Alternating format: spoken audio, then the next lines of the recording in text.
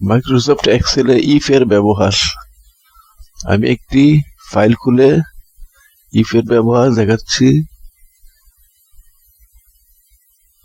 এখানে data entry করা আছে 30, 40, 50, 60। এখানে ইফ এর একটা ফাংশন দেওয়া আছে এবং স্টেটমেন্ট লেখা আছে।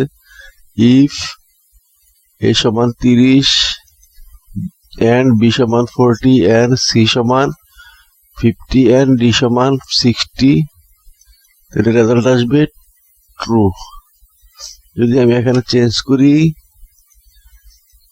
ইফ a সমান 30, b সমান 40 and c সমান 50 and d সমান 60, কিন্তু এখানে আছে 20, তাই রেজাল্ট এসেছে ফলস। আবার ইফ a3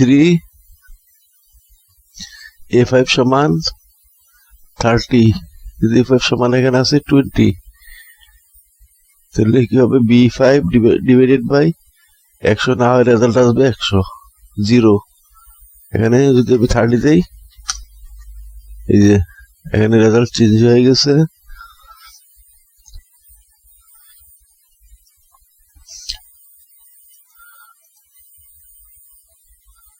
এভাবে আমরা মাইক্রোসফট এক্সেল ইফ এর ব্যবহার করতে পারি এবং বিভিন্ন স্টেটমেন্ট, এটাকে বলা হয় স্টেটমেন্ট সম্পূর্ণটাকে, অথবা কন্ডিশন। ইফ কন্ডিশন আমরা এখানে ব্যবহার করতে পারি। আর জানার জন্য আপনি হেল্পে গিয়ে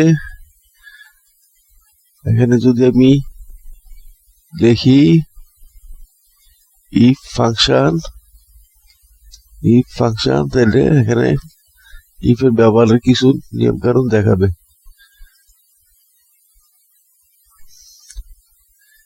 ইফ এর ব্যবহার কিছু দেখাচ্ছে এখানে হেল্পে।